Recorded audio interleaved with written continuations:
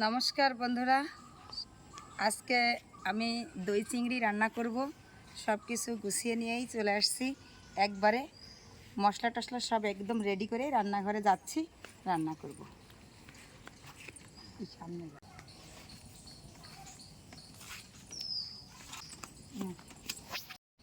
দই চিংড়ি রান্না করার জন্য আমি যে মশলাগুলো নিয়ে এসেছি ওই উপকরণগুলো একবার একটু দেখিয়ে দেব। চিংড়ি মাছ কেটে ধুয়ে আমি খোসাটা ছড়িয়ে নিয়েছি। এবার লঙ্কা গুঁড়ো, লবণ, গোটা জিরে, গোটা গরম মশলা গুঁড়া, হলুদ গুঁড়া, জিরা গুঁড়া, ধনিয়া গুঁড়া, পেঁয়াজ বাটা, দই তো লাগবেই। টক দই ছাড়া তো আসলে দই চিংড়ি হবেই না। টক দই, এখানে রসুন বাটা, আদা বাটা, কাজু আর কিশমিশ একসঙ্গে বেটে নিয়েছি। চিংড়ি রান্না করার জন্য তো রান্নাঘরে চলে আসছি। আমি উনুনটাও ধরিয়ে নিয়েছি, কড়াইটা চাপিয়ে দিলাম, কড়াইটা গরম হয়ে গেছে। দই চিংড়ি রান্না করার জন্য কড়াইতে দিয়ে দিচ্ছি সাদা তেল। তেলটা গরম হতে হতে মাছটা মাখিয়ে নেব। মাছে দিয়ে দিচ্ছি লবণ, হলুদ গুঁড়ো, লঙ্কা গুঁড়ো দিয়ে সুন্দর করে মাছটা আমি একটু মাখিয়ে নিচ্ছি। লঙ্কা গুঁড়ো দিয়েছি, এই জন্য হাত দিচ্ছি না, খুন্তি দিয়েই একটু মাখিয়ে নিচ্ছি। এটা কি সুন্দর গরম হয়ে গেছে, তেলের উপরে দিয়ে দেবো চিংড়ি মাছ।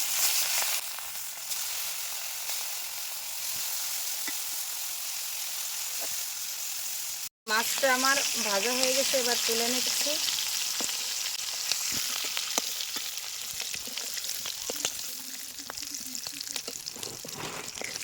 এই মাছ ভাজা তেলের মধ্যে দিয়ে দিচ্ছি গোটা গরম মশলা, গোটা শুকনো লঙ্কা। এই তেলের উপরেই দিয়ে দিচ্ছি পেঁয়াজ বাটা, রসুন বাটা, আদা বাটা, কাজু কিশমিশ একসঙ্গে বেটে রেখেছিলাম।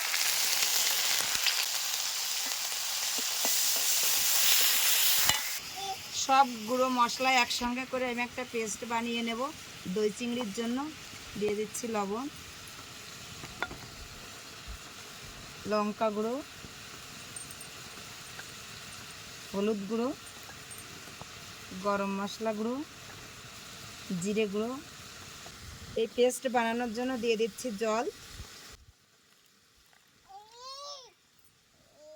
এই মশলাটা ভালো করে পেস্ট করে নেব, সব মশলা একসঙ্গে মিশিয়ে।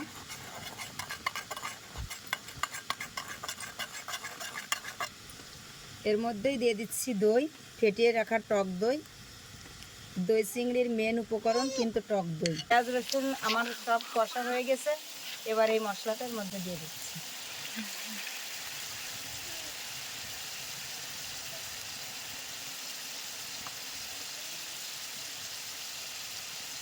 এই মশলা কষার মধ্যে দিয়ে দিচ্ছি একটু জল।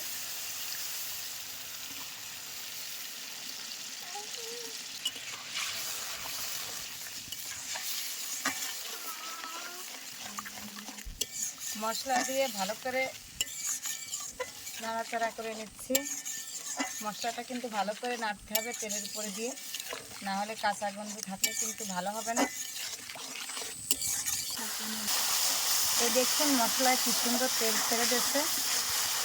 দই চিংড়ি একটু মশলা বেশি লাগে, তো খেতে কিন্তু খুবই টেস্ট। এই রান্নাটা আমাদের অনেক দিনই করা হয় না, তো আজকে সবার বায়নার থেকে আজকে আমি এই দই চিংড়ি রান্না করলাম। বাড়ির সবাই বায়না ধরছে আজকে দই চিংড়ি খাবো, মনে করলাম এদেরও খাওয়া হবে, আপনাদের সঙ্গেও শেয়ার করব। ভেজে রাখা চিংড়িটা এই মশলার মধ্যেই আমি দিয়ে দিচ্ছি।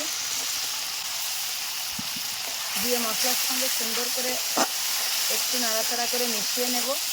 যেহেতু চিংড়ি মাছ ভাঙার তো ভয় নেই, আর মশলাটাও ভালো এর ভিতরে যাবে।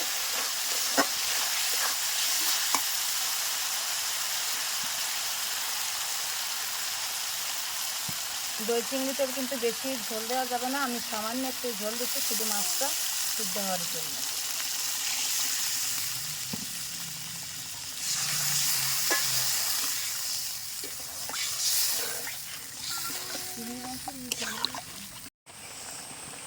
দেখুন আমার তরকারিটা কি সুন্দর ফুটছে। দই চিংড়ি আমাদের বাড়ির সবাই পছন্দ করে। দই চিংড়িতে কিন্তু বেশি ঝোল থাকলে ভালো লাগবে না। এই দেখুন কি সুন্দর মাখা মাখা হয়ে গেছে, আমার দই চিংড়িটা হয়ে আসছে। এবার আমি নামিয়ে নেব। কালারটাও কিন্তু দেখুন অনেক সুন্দর হয়েছে, আর দই চিংড়ির গ্রেভিটা দেখুন একবার।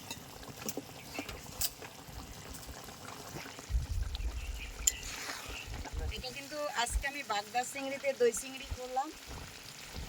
মাছের সাইজটা ছোট, কিন্তু এই চিংড়িটা খেতে অনেক স্বাদ। ঝোলেও কিন্তু মাখা মাখা হয়ে উপর দিয়ে তেল উঠে গেছে। যত সময় পর্যন্ত তেল না উঠছে তত সময় পর্যন্ত কিন্তু দই চিংড়িটা ভালো স্বাদ আসে না। হয়ে গেছে, এবার আমি নামিয়ে নেব। ঝোলটা আমার হয়ে গেছে, এবার আমি ঢেলে নিলাম।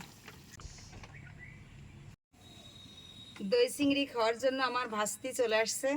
শুধু আজকে দই চিংড়ি খাবে না, আজকে অনেক কিছুই রান্না হয়েছে। তবে এত রান্না তো ভিডিওতে একবারে দিলে পরবর্তীতে ভিডিওতে কি দেব, তো এই জন্য এইগুলো আর রান্না দেখাইনি। আর এরকম এত সাধারণ রেসিপি সবাই করে, কারণ এটা আর দেওয়ার কিছু নাই। তো আজকে ঘ্যাটকোল বাটা করেছি, উস্তে ভাজা করেছি, কাঁঠালের বেশি ডাটা দিয়ে চচ্চড়ি করেছি, আর সাথে আছে দই চিংড়ি। খেয়ে দেখো কেমন হয়েছে মা। পিসি আজকে তো অনেক কিছু রান্না করে ফেলেছো, এত কিছু কিভাবে কখন খাবো? হাত দিয়ে মাখায় গাল দেখাও, যেভাবে মানুষ খায় সেভাবেই খাও, তবু আমি একটু তোমাকে বলে দিলাম। দেখি খেয়ে। আসলে তোমার হাতের রান্নার তো কোনো জবাব নেই, সব রান্নাই অনেক সুন্দর হয়। আলাদা করে আর কিছু বলার নেই, এই রান্নাও জানি খুব সুন্দর হয়েছে। দই চিংড়িটা দিয়ে দিই, খেয়ে দেখো যে কেমন হয়েছে।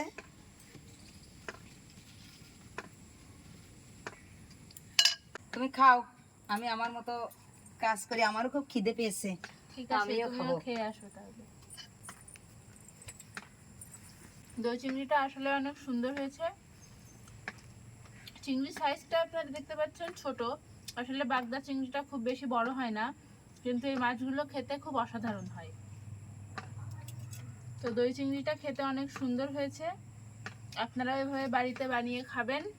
রেসিপিটা ভালো করে দেখে, রন্ধন প্রণালীটা ভালো করে দেখে আপনারা রান্না করে খাবেন এবং আমাদের চ্যানেলের পাশে থাকবেন। লাইক, কমেন্ট, শেয়ার করবেন।